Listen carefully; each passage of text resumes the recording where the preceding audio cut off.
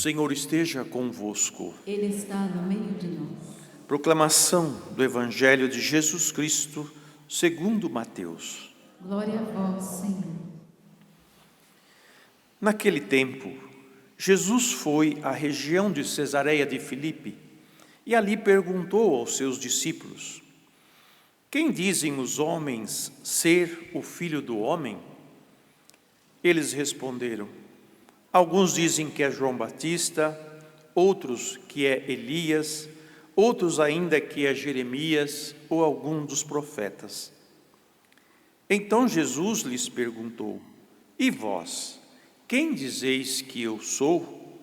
Simão Pedro respondeu: tu és o Messias, o Filho do Deus vivo. Respondendo, Jesus lhe disse: feliz és tu, Simão, filho de Jonas, porque não foi um ser humano que te revelou isso, mas o meu Pai que está no céu.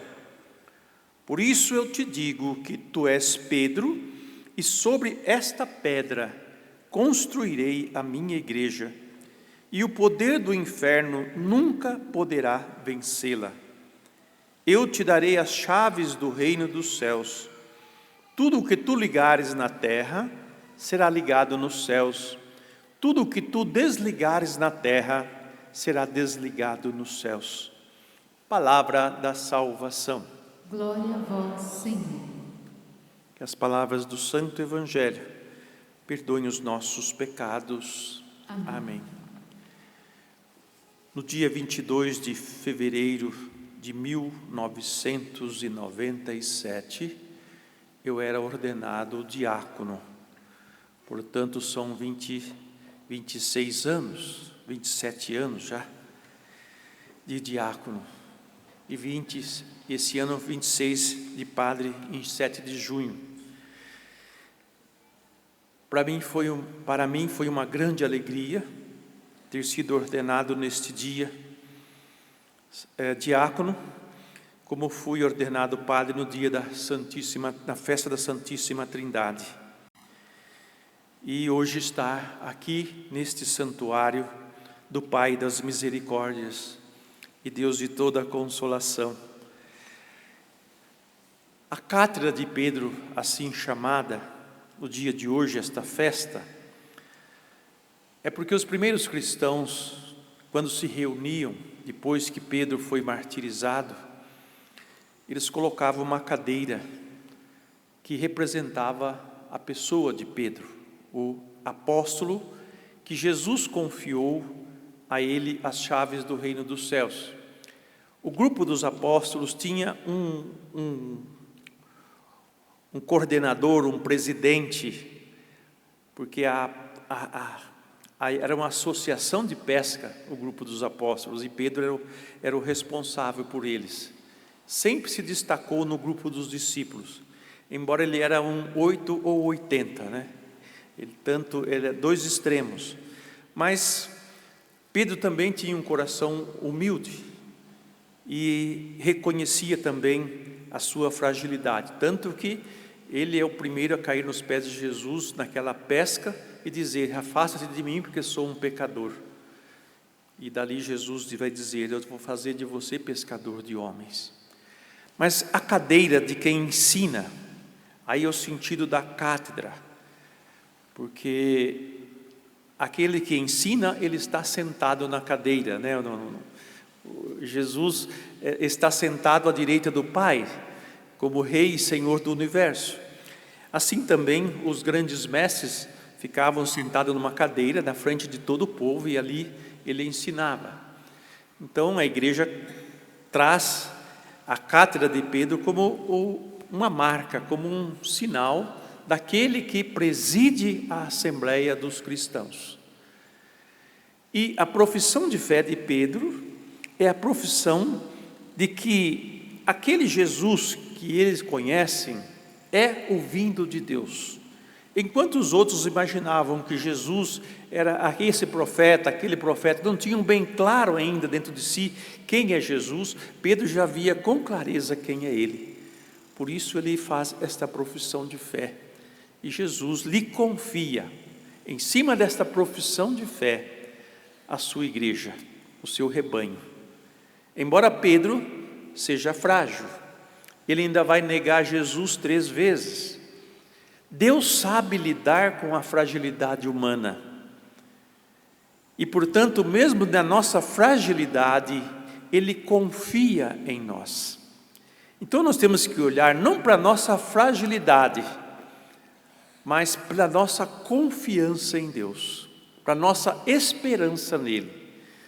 Tanto que Jesus vai dizer para Pedro, né? Uma vez convertido, confirma os meus irmãos na fé.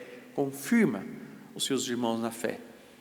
E nós somos a igreja que vive da fé em Deus, da fé em Jesus como aquele que vem da parte de Deus para nós, e da fé da igreja, que está bem consolidada, que está bem estabelecida. Embora a fragilidade de todos os seus pastores, embora a fragilidade minha e sua também.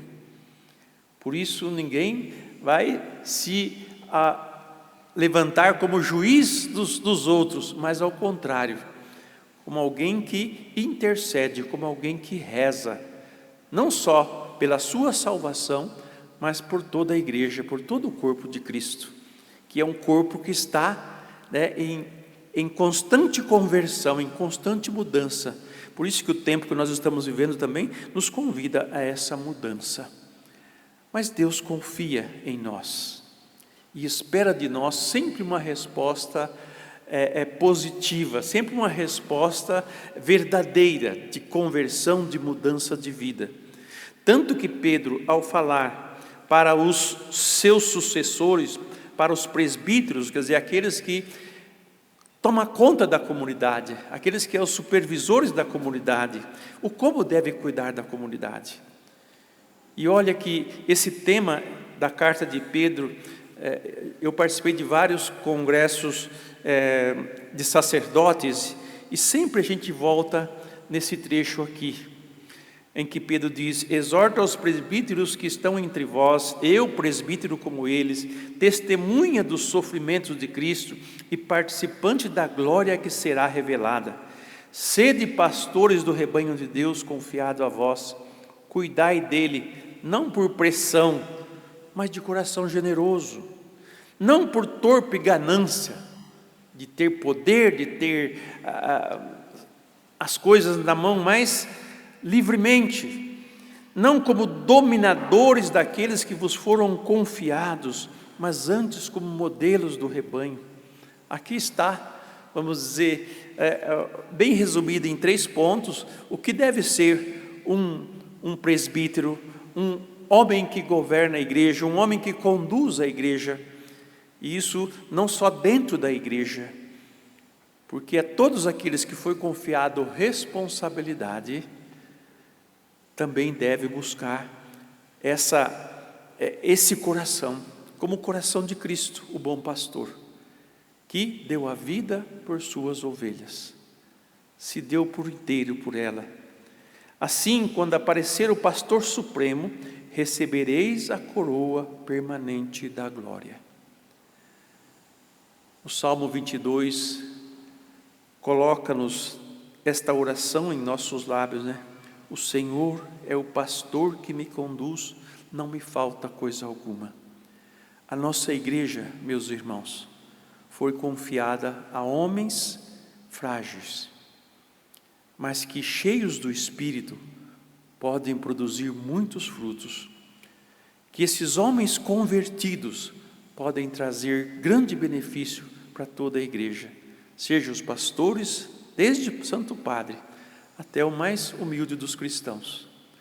A nós foi confiado, foi dado a fé, foi confiado esta revelação, e se nós respondemos a ela, como Pedro responde: Tu és o Cristo, o Filho do Deus vivo.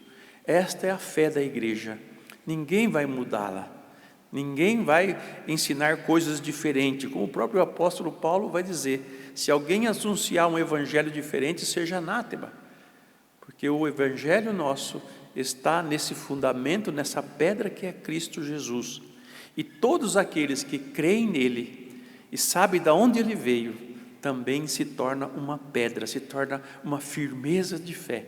E é assim que nós devemos viver nos dias de hoje. E rezemos por toda a igreja, rezemos pelo Santo Padre que tanto sofre pela perseguição daqueles que não querem a fé, não querem acreditar em Jesus e não querem que ele seja esse ponto de unidade de toda a igreja. Rezemos pelo Santo Padre e por todos os bispos, para que Satanás, que quer peneirar eles, não consiga fazê-lo, como Jesus rezou por Pedro, porque Satanás pediu para peneirar ele, né? E Jesus intercedeu por ele. Assim deve ser também a nossa atitude de cristãos, né? Rezar pelos nossos pastores, para que a vitória de Cristo, né, apareça neles, pelo poder do Espírito Santo, que lhes foi dado e que lhes foi confiado. Que assim seja.